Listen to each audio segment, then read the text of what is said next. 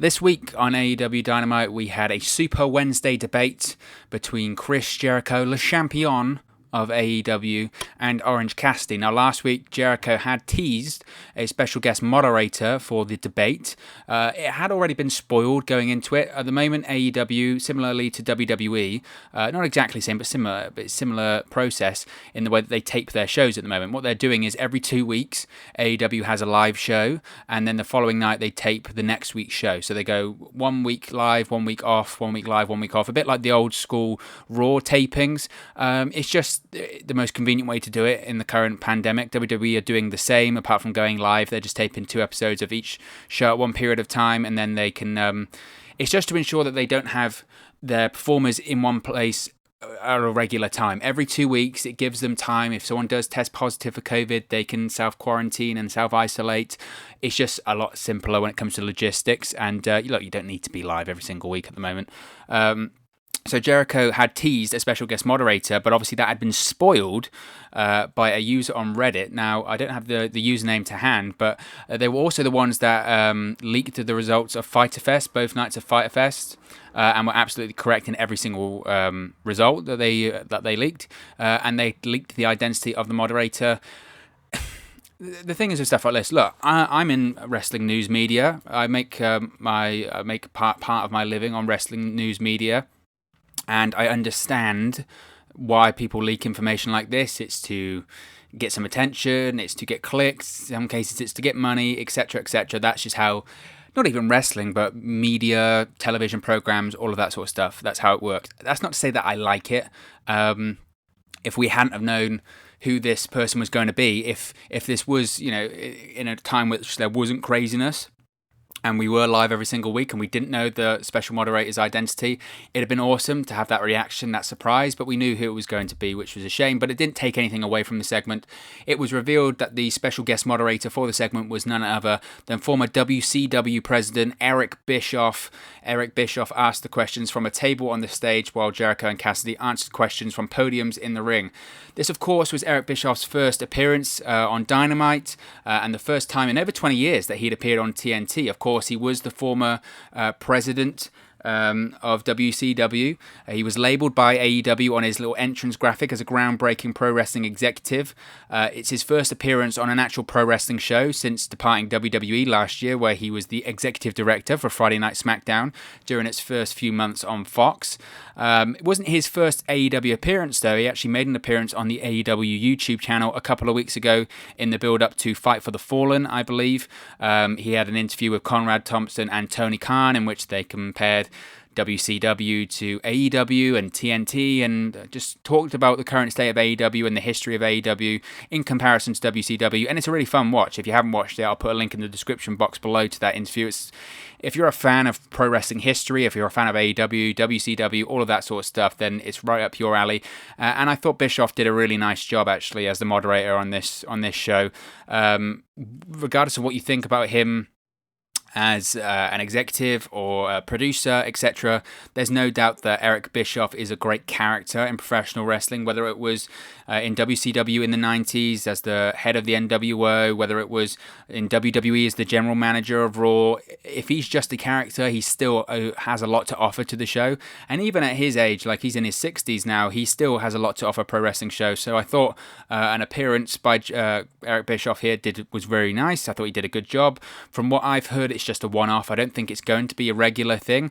Who knows? It could become later down the line, but that's what AEW have done really well. They've done with their legends and these one-off appearances by Hall of Famers, part-timers, legends, whatever you want to call them, have been done very well and don't take the spotlight away from the performers that are there every single week. So I thought he did very, very well. So the format of the debate was the two wrestlers, Jericho and Cassidy, would answer 5 questions. The first question was asked by Eric Bischoff, was why they hate each other so much. Jericho responded saying this was an easy one. He first insults Orange Cassidy's casual attire, talking about his jean jacket, his jeans he wears, his t-shirt.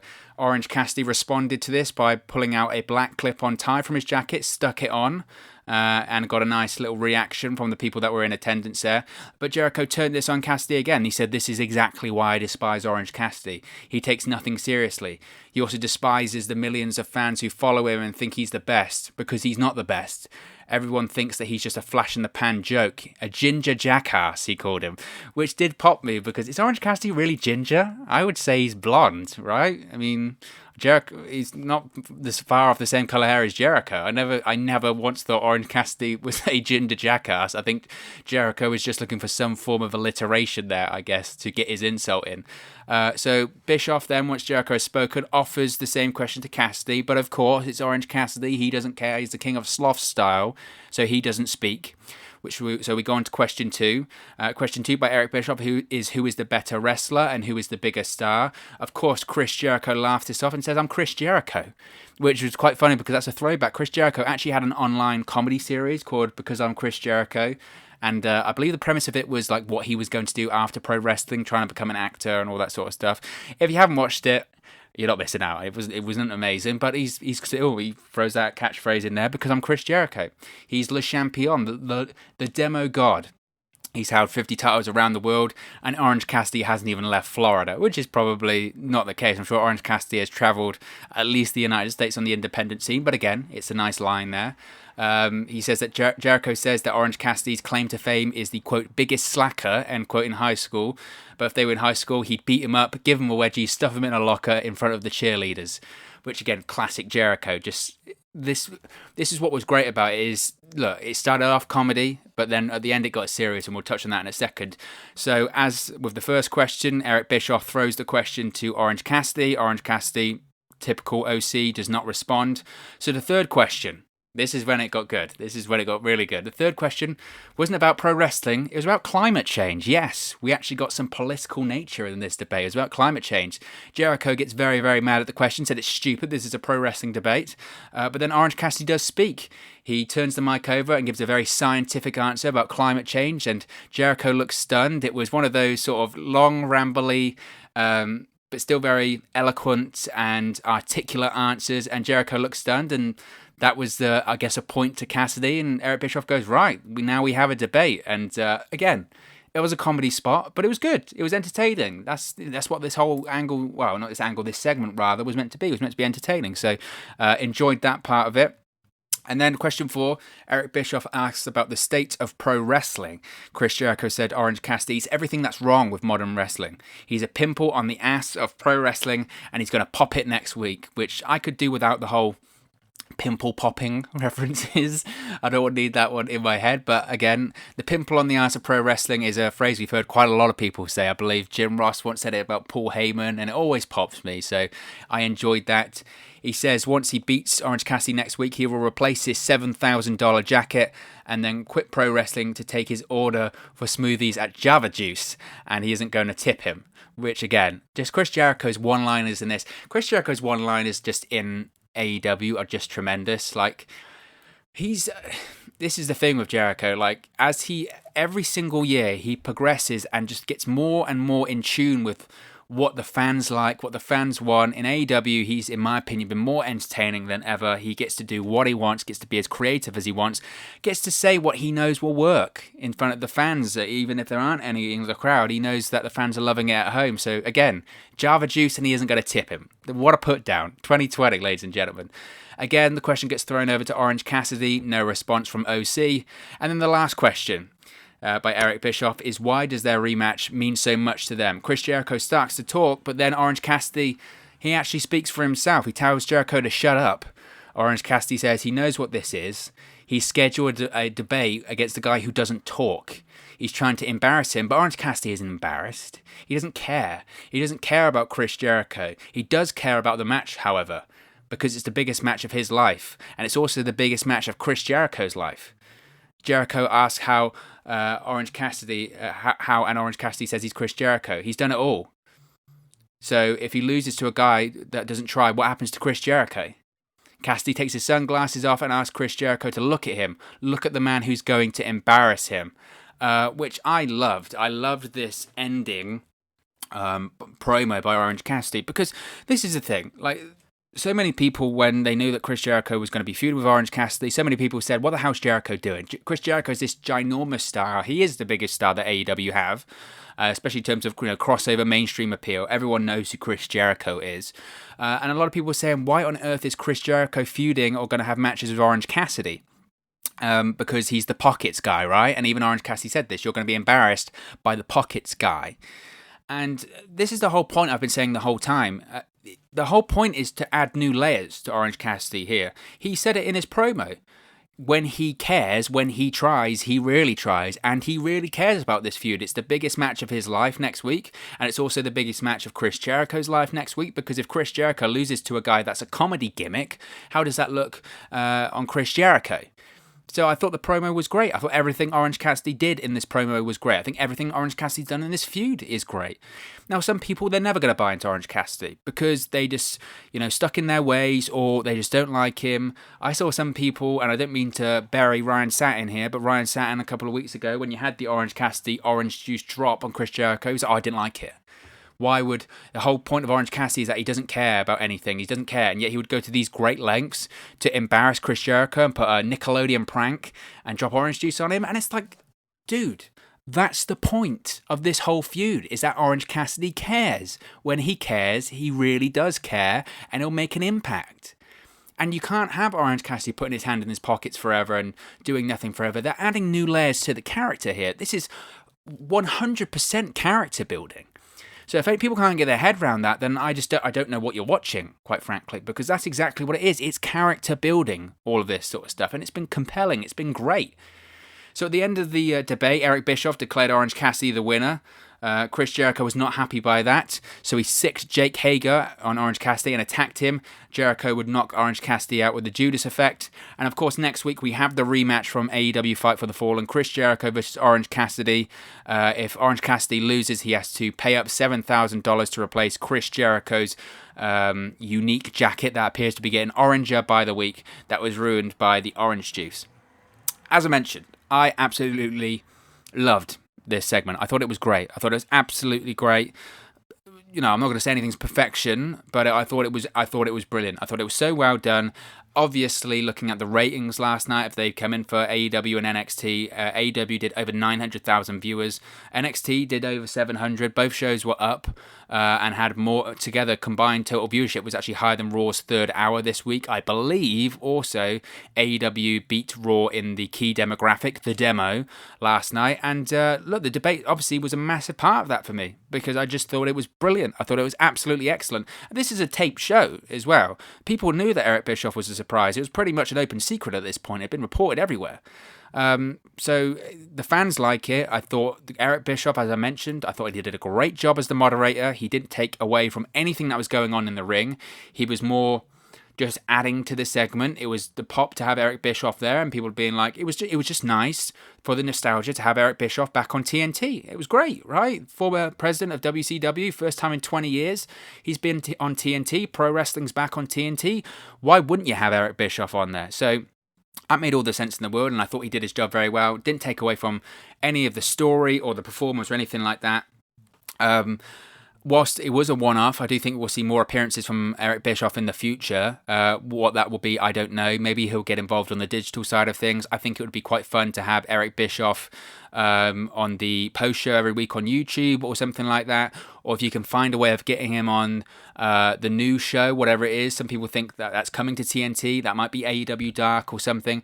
I just think that would be a lot of fun too. I think there is space for Eric Bischoff to grow in AEW. I don't think he's going to be the president. I don't think he's going to replace Tony Khan or anything like that.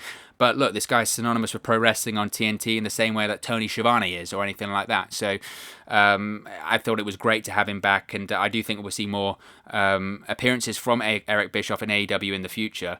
As I mentioned also, I think AEW's uses of legends has just been great, fantastic. And this isn't a criticism against WWE because I do think they do use legends relatively well. They rely on them too much. I would say, and putting them in two prominent spots. But you look at AEW's uses of legends or part-timers or whatever so far, it's been very, very good. They're just adding to segments. They're not taking away from the talent. So you've got Eric Bischoff in this segment. He wasn't taken away from the story. You've got Arn Anderson as the head coach of Cody. He's not taking away from the match. He's not overshadowing Cody. He's adding to the match that Cody's in. Same with Tully Blanchard. Same with Jake Roberts. Same with Vicky Guerrero. Now with Nyla Rose. They're just there to enhance the talent, enhance the show, and not take it over. So you have to credit AEW for their use of legends when it comes to anything like this. And let's be honest. I mentioned I really enjoyed this. I thought the debate just went very, very well. But the premise of this segment could have gone all wrong. We've seen debates in, and again, I don't want to turn this into bashing WWE because some people will think that's the case, and I'm not. But we've seen debates in WWE, and the gimmick just sometimes doesn't work, and that can be for a variety of reasons. Sometimes the scripting, and especially in WWE, the promos. The story that they're trying to get over, it's just overly gimmicky, and it just doesn't work. Sometimes it does work, but sometimes it can just be too corny, too stupid, and a bit eye-rolling. And look, some people, it might not have been their cup of tea, this debate thing. They might have said, oh, Orange Cassidy. They might not be a fan of Orange Cassidy. They might not have been a fan of some of the comedy in this. I get that it's not to everyone's taste. But for me, my opinion, I enjoyed it. I think it was great. It worked. And if you look at the ratings last night, they don't lie too. So obviously people enjoyed it. Orange Cassidy, as I mentioned, when he cares, he really cares and he does well. That's the character. And yes, he is a comedy character. And initially he was a comedy character, but it's becoming more and more serious. You can't be a comedy character and expect success forever. Because you can't be one-dimensional. It's pro wrestling. You have to evolve, you have to add layers to the character, and you have to add personality to the character. You've got to be more than just the pockets guy, and he's absolutely proving that. His promo at the end of that debate was as good a babyface, serious promo as you're going to see. I thought he did a great job. He's adding more layers to the character. He's adding more personality to the character. He's giving the audience a reason to care. And also you have to credit Chris Jericho because he's elevating Orange Cassidy here. And Orange Cassidy is keeping up. You know, in these situations, if you're on a feud with Chris Jericho, it's very much sink or swim. You find out what the personality, what the wrestler is really made of here. And Orange Cassidy doesn't look out of place at all. Whilst initially I myself even might have had reservations going, oh, is Orange Cassidy really at the level to be in a feud with Chris Jericho? Now, absolutely. I think this rematch is even bigger than their match at Fyter Fest. I really do. So he's proving that he can hang with Chris Jericho. And Chris Jericho's aim here, I think, has always been to elevate a popular character. Tony Khan said that Orange Cassidy is one of their most popular performers. If you look at the ratings, if you look at the merch sales, if you look at the social media analytics, Orange Cassidy is the character that gets people talking, gets people watching, and the fans have an affinity for him. So it makes total sense for AEW to go all in. There you go. Do you like my pun there? But to go all in on this character, give him a shot with someone like Chris Jericho. Chris Jericho's no fool as well. Chris Jericho knows talent when he sees it. Chris Jericho knows if he can work with someone and elevate someone. Chris Jericho, if he's excited about working with someone and he has an idea in his head, Chris Jericho can make anything work. Look at this guy's track record over the last few years, whether it is Le Champion, a little bit of the Bubbly, the List, the Demo God, Alpha, Painmaker. The guy is just...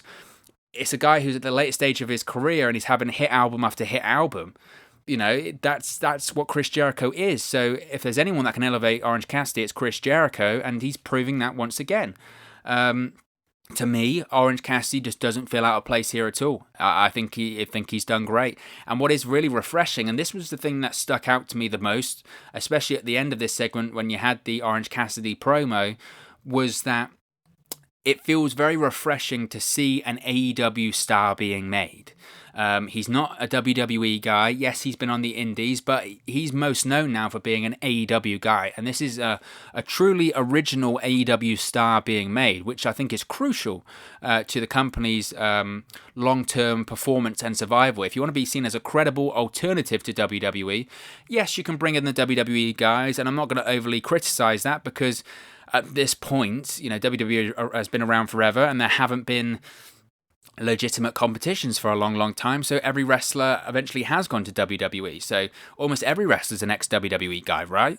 But I do think it's important for AEW to find these people that haven't worked for WWE and try and elevate them and make them into big stars, and that's what they're doing with Orange Cassidy here. That was my biggest takeaway from all of this, was that Orange Cassidy he's becoming a star, and he's an AEW star. He's something that WWE didn't create. It's something that obviously he had the gimmick on the indies, but AEW have absolutely elevated, and he's an AEW star now.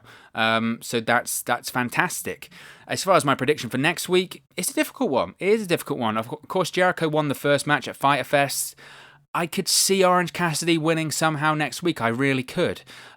Chris Jericho, I'm still, as the weeks go on, I'm becoming less and less convinced that we're going to see a Jericho versus Mike Tyson thing at All Out. I thought we would, given the angle they did a while ago after Double or Nothing with Mike Tyson and Chris Jericho pull apart. I still do think they will revisit that at some point, and obviously the Orange Cassidy-Chris Jericho feud here actually kicked off with Jericho calling out the baddest man on the planet, and that led to Orange Cassidy interrupting. So I still do think at some point we're going to see Jericho versus Tyson, or at least have that feud finish and see the end chapter of that feud.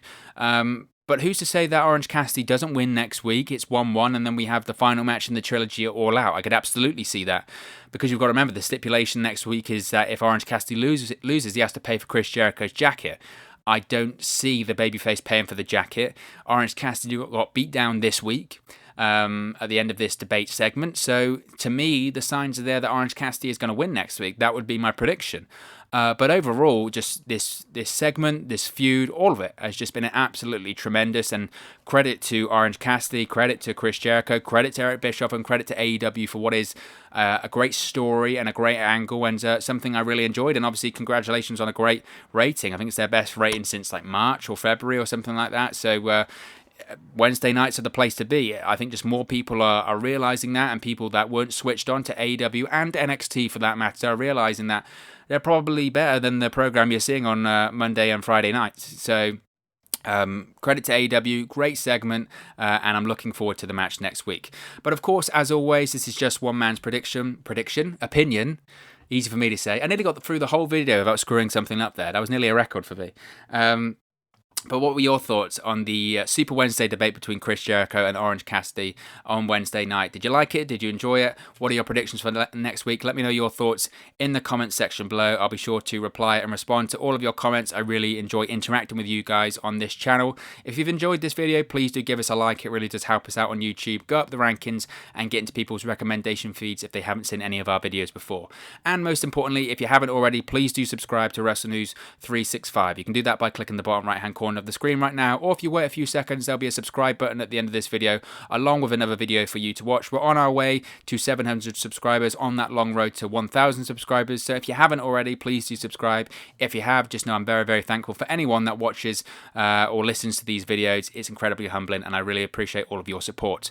You can also follow us on our social media platforms. The handles are on the screen right now. The links are in the description box below. It's at 365 Wrestle on Twitter and at Wrestle News 365 on Facebook and Instagram. So be sure to give us a like or a follow there if you haven't already. Thank you very much for watching, listening, streaming, or however you come across this video today, and I'll speak to you again very soon. Hey guys, thank you for watching, listening, streaming, or however you come across this video today. Be sure to click on the video on the right there to watch our next video, or click the bottom there to subscribe, or the bottom right hand corner. Thank you very much, and I'll speak to you again very soon.